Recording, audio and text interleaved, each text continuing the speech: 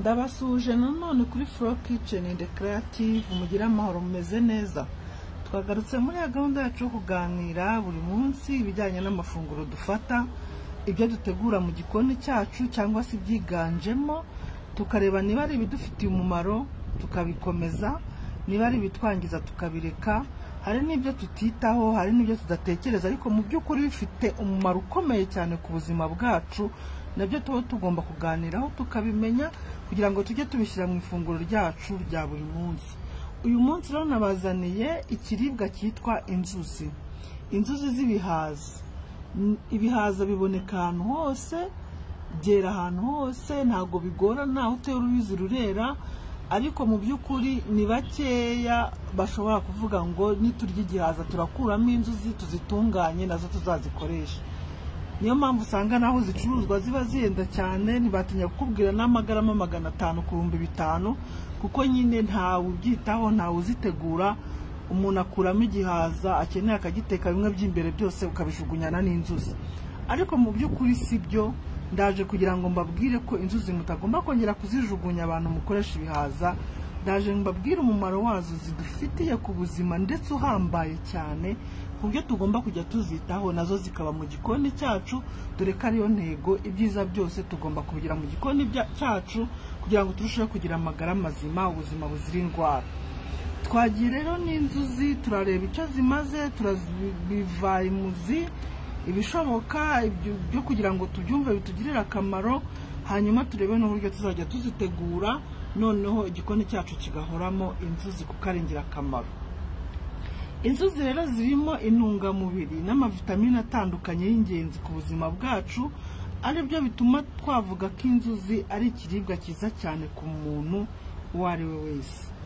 Inzuzi zifitemo vitamine zitandukanye, zikigiramo amafibre, ndetse amafibre ni bya bikatsi byiza bifasha muri digestion no mu bindi byinshi bijyanye n'inzira y'igogorwa, ndetse zikigiramo n'amaproteine atandukanye. Inzuzi kandi zifitemo imyunyungugu myinshi cyane itandukanye umubiri wacu uba ukeneye kugira ngo urusheho kumererwa neza. Twavugamo nka za phosphore, za manganese, za magnesium, fer, zinc, potassium, amavitamine, vitamine B2, B9 n'izindi nyinshi cyane kandi zikenerwa n'umubiri wacu kugira ngo ubashe gukora neza, ubashe kugira ubuzima bwiza. Inzuzi zifitemo n'amaside gras, bya binure byiza biba bikeneye mu mubiri, ari byo twita omega. Cyane cyane tuzi omega 3 na omega 6, omega 3 na omega 6 zirazwi cyane kandi turabizi ko umubiri wacu uba uzikeneye kugira ngo urusheho kwiyubaka kandi ugire ubuzima bwiza. Inzuzi rero zifitemo na omega cyane.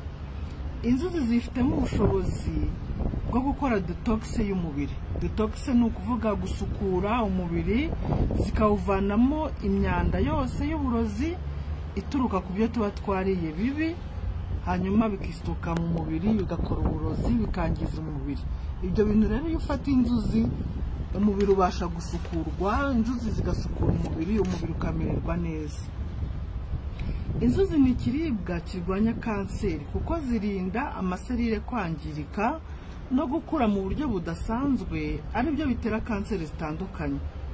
Inzuzi rero zifitemo ubwo bushobozi bwo kurinda ibyo byose, amaserire akabasha gukura neza kandi akagira ubuzima bwiza, ku buryo iyo ufata inzuzi udashobora kurwara kanseri iyo ari yo yose, kuko iyo myanda nyine yayindi yistoka mu mubiri ikaba yatera ibyo bibazo byo kuba amaserire yatangira kwangirika, ari byo bitera kanseri.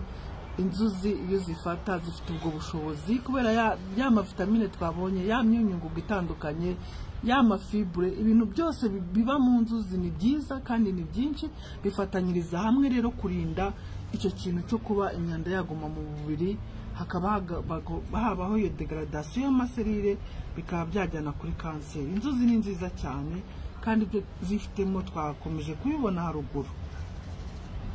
Kubera iyo myunyungugu itandukanye inzuzi zifitemo, zibasha kurinda indwara z'imitsi na za rubagimpande ndetse n'indwara z'amagufwa, ku buryo iyo ufata inzuzi udashobora kugira ikibazo cy'imitsi, udashobora gutaka amagufwa yawe aba ari mu buzima, afite ubuzima bwiza.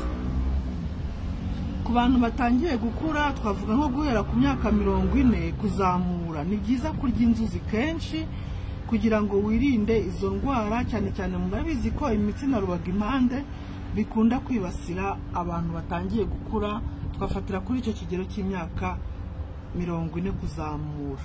Rero mu gihe ugeze kuri iyo myaka ushobora kuvuga uti reka ntangire inzuzi kugira ngo nirinde za ndwara zibasira abantu batangiye gukura. Bidakuyeho ko n'abana batoya n'abakiri batoya munsi y'iyo myaka 40 kumanura nabo bafata inzuzi, biremewe, ntacyo zitwara na gitoya, ahubwo au contraire zigira akamaro gakomeye. Inzuzi zirinda indwara ya gute yibasira abagabo. Niba utangiye kubona ibimenyetso bya gute, ni byiza kurya inzuzi kenshi kugira ngo uhagarike ubwo burwayi buba butangiye kukugaragaraho. Abagabo hari igihe ujya kwa muganga nyine wumva urwaye, ubabara mu ngingo, kuriya gute ifata, abayirwaye barabizi, noneho bakakubwira ko ari ibimenyetso bya gute, ushobora kugabanya inyamurya n'ibindi biyongera. Ariko mu by'ukuri igihe wibonye icyo kintu cyangwa se igihe kwa muganga bagutangarije icyo kintu, nakugira inama yo gutangira gufata inzuzi, kuko zihita zigabanya ku buryo bukomeye, ndetse na yagute ritangiye kuza ukaba wayihagarika bitewe no gufata inzuzi. Inzuzi kandi zirinda cyane abagabo kurwara kanseri ya prostate bitewe na substance zifitemo yitwa cucurbitine ivura prostate ubwayo. Bavuga ko n'imiti ivura indwara ya prostate ibikoze muri iyo substance yitwa cucurbitine. Rero inzuzi bikaba byaragaragaye ko zifitemo iyo substance ku rwego rwo hejuru. Bivuga ngo uramutse ufashe inzuzi ni mu mwanya wabusimbuye ubisimbuje kuba wafata bya binini cyangwa se ya miti yo kwa muganga, kandi bikarangira iyo ndwara ya prostate ikize, kuko byagaragaye ko nyine inzuzi zifitemo iyo substance ku rwego rwo hejuru ya cucurbitine bakoramo imiti ivura prostate. Numva ko inzuzi ari nziza cyane. Kandi ntibihagararira kuri iyo kanseri gusa, inzuzi zifitemo ubushobozi bwo kuba zarinda kanseri zitandukanye. Nyuma y'iyo prostate zishobora kurinda kanseri y'amara, kanseri y'igifu, kanseri y'ibihaha, kanseri y'amabere n'izindi kanseri muri rusange. Inzuzi murumva ko ari nziza cyane, ari umuti ukomeye kandi w'umwimerere. Inzuzi ni na nziza ku ruhago kuko zituma rukora neza, zikanarurinda indwara zose zishobora kurwibasira. Birumvikana ko inzuzi no ku rwungano rw'inkari, ku ruhago zikoraho rwose, umuntu akagira ubuzima bwiza. Kubera umunyungugu wa magnesium inzuzi zifitemo ku bwinshi, bituma zishobora kuringaniza umuvuduko w'amaraso ku kigero cyagenwe, amaraso akabasha gutembera neza. Inzuzi zikafasha ku ndwara ya diabete, no kuvuga aba diabetike bashaka kuzifata, isukari nayo ikaringanira mu maraso ikajya ku kigero cyagenwe, ndetse zigafasha no ku buzima bwiza bw'umutima, bigatuma umutima ukora neza cyane. Urumva izo ni inzuzi, kandi ikintu tutajya twitaho ku bantu benshi rwose, ariko zifite umumaro ukomeye nk'uyu nguyu. Inzuzi zivura inzoka zo mu nda zitandukanye ku buryo zishobora no kugera ku nzoka za amibe, zimwe zikomeye zizahaza abantu cyane.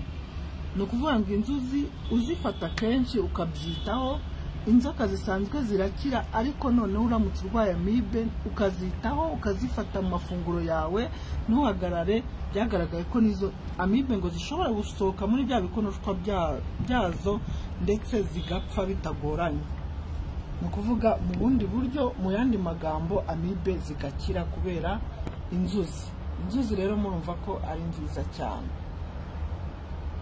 Hanyuma rero twavuga zitegurwa gute, wabigenza gute kugira ngo ubone inzuzi zirimo ibyo byose tuvuze, ubashe kuzifata kandi bigende neza.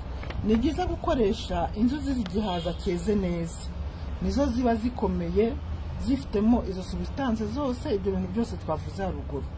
ubwo rero igihaza cyeze neza uragifata ukagiteka ukagitunganya ukagiteka bisanzwe noneho inzuzi ukazikuramo ukazitunganya ugakuraho bya bihaza biba bifasheho ukazanika zikabasha kuma.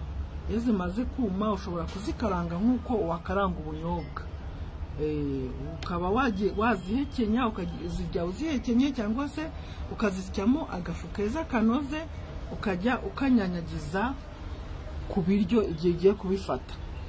Hari n'uwakubwira ati wazikoramo isosi ukaba warisha ibindi nk'uko wakora isosi y'ubunyobwa, ariko mu by'ukuri kugira ngo uzabone inzuzi zikora isosi biragoye, kandi ushobora kuzifata ukazishyira mu biryo byinshi ari nkeya zikaburiramo ugasanga ntabwo zigize akamaro nk'ako wifuzaga ko zikugirira. Ibyiza rero niba ari nkeya wabashe kuzibona ari nkeya wazihekenya cyangwa se ugakora ako gafu ukabasha no kukarigata bisanzwe. Nk'urugero nk'umuntu ufite icyo kibazo cya pressure, umuvuduko w'amaraso cyangwa se diabete cyangwa se ibindi bibazo ko twabonye ko ari byinshi, ushobora gukora ako gafu ukajya ukagendana mu gacupa keza igihe wumva utameze neza, igihe wumva iyo sukari yazamutse kuko umuntu ari ukuntu abyumva cyangwa se pressure, ugafata ukarigataho rwose. Ibintu simple biba bimeze nkaho uriya kanini, ugenda umera neza, ni ibintu nzi neza, ugenda umera neza ukarigataho. Sinakubwira ngo kantite ingana gute, urumva inzo warigataho niyo warigataho nyuma y'iminota 30 kongera cyangwa nyuma y'isaha. Icy'ingenzi nuko ugenda umera neza kandi birakunda. Inzuzi zinafasha ngo no ku bitotsi gusinzira, igihe ufite ku gafu kazo ukaba wumva ufite stress udasinzira utekereza byinshi bikubuza gusinzira, wafata ukarigataho rwose cyangwa se ukaduhekenya dufite aho ngaho waratunganyije. Icyo gihe mu gihe gitoya ubasha gusinzira neza utuje. Murumva rero ko inzuzi ari ikintu cyiza cyane kandi tutitagaho. Ese ni bangahe bazigira mu gikoni cyabo? Mugerageze. Ndabizi ko ibihaza byo biboneka mu gikoni, bibamo, turabiteka turabirya, ariko tugerageze dushyiremo n'inzuzi kuko murumva ko zifite umumaro ukomeye cyane, mpamya ko abenshi tutari tuzi.